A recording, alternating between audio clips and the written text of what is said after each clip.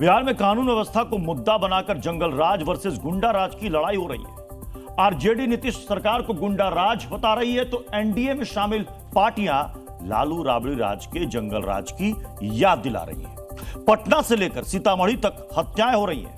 अपराधी आम लोगों को निशाना बना रहे हैं। वही नेता सियासी फायदे के लिए जंगल राज वर्सेस गुंडा राज वाला नैरेटिव बना रहे हैं। अपराधियों की संरक्षक सरकार। बिहार में फिर गुंडा राज और जंगल राज वाली सियासी लड़ाई शुरू हो गई है।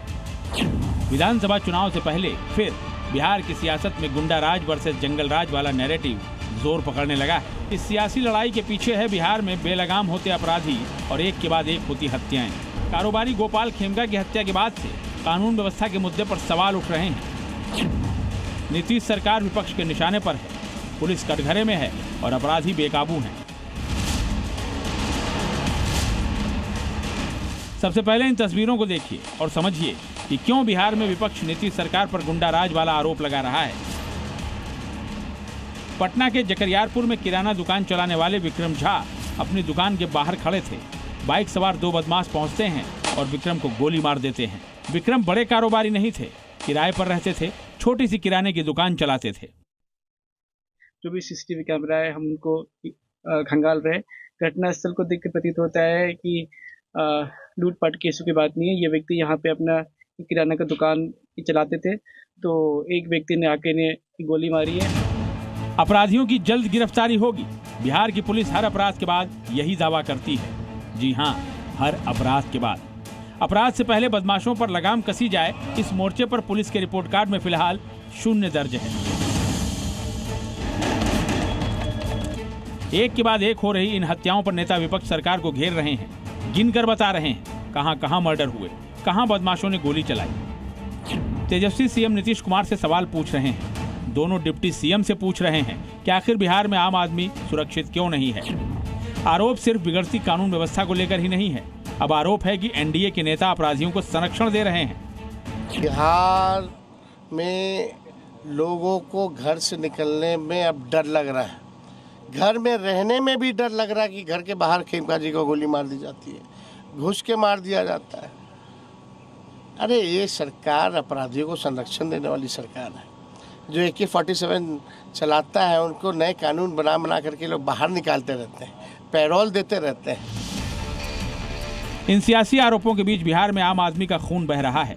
राजधानी पटना के पुनपुन में अपराधियों ने बीजेपी के सुरेंद्र केवट को गोली मार दी।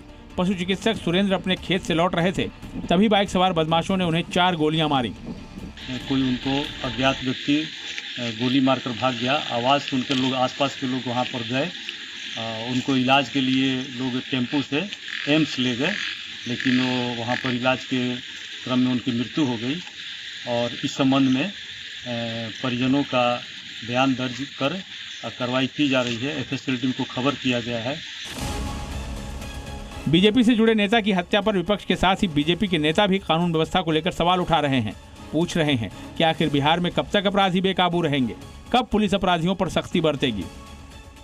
घटना के बाद, हत्या के बाद 2 घंटे के बाद पुलिस स्थान पर पहुंचती है, ये भी एक बहुत बड़ा सवालिया निशान खड़ा होता है। अपराध को नियंत्रण करने के लिए, उसको रोकने के लिए और विलंब पुलिस प्रशासन को चाहिए कि सख्ती से कार्रवाई करें। इन दिनों पटना में कई घटना पहले भी हो चुका है।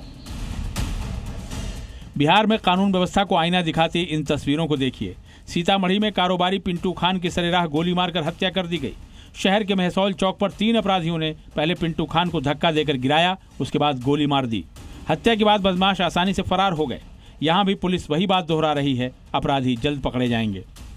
जिनको अज्ञात अपराधी द्वारा गोली मार दिया गया, तत्काल जो है पुलिस यहाँ पहुंची, उनको इलाज के लिए भेजा गया है। अभी इलाजरत हम लोग CCTV दिखा रहे हैं और गिरफ्तारी और जो टीम से हमारी टीम लगा दी है, सभी पे काम कर रही है। 24 घंटे में नालंदा में 2 हत्याएं हो चुकी हैं।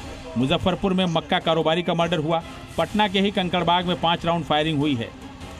ये सिर्फ अपराध की घटनाएं नहीं हैं, ये सबूत हैं कि बिहार में अपराधी किस कदर बेखौफ हैं। इसीलिए सवाल अब एनडीए के अंदर से भी उठ रहे हैं। पुलिस की जिम्मेदारी तय करने की बात हो रही है।